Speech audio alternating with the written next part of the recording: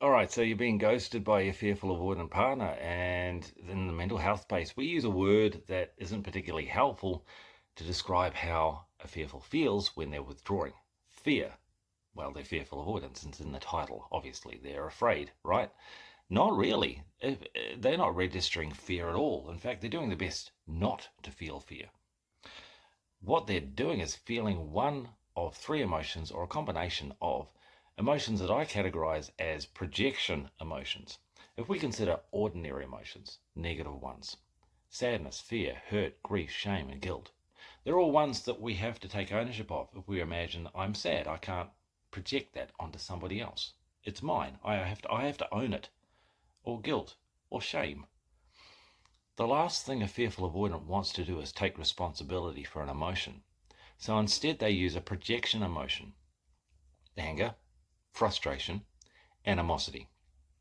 With those three, they can make someone else responsible. So they're burying the truth of how they're feeling. The fear doesn't even register.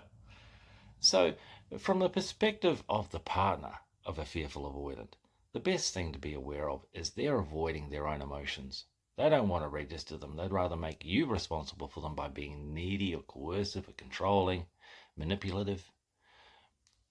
Give them the space that they need to become self aware. Because if you go chasing after them or showing up for them, then that just means they've succeeded in making you responsible for their emotions. The only way forward for a fearful, and I know this firsthand because this was me, is to make ourselves responsible and to acknowledge that unless I'm prepared to take ownership of the emotions that I'm feeling, the truth, and not bury them, then I can never show up for myself and have a healthy relationship with me, or especially then have a healthy relationship with another person that's sustainable.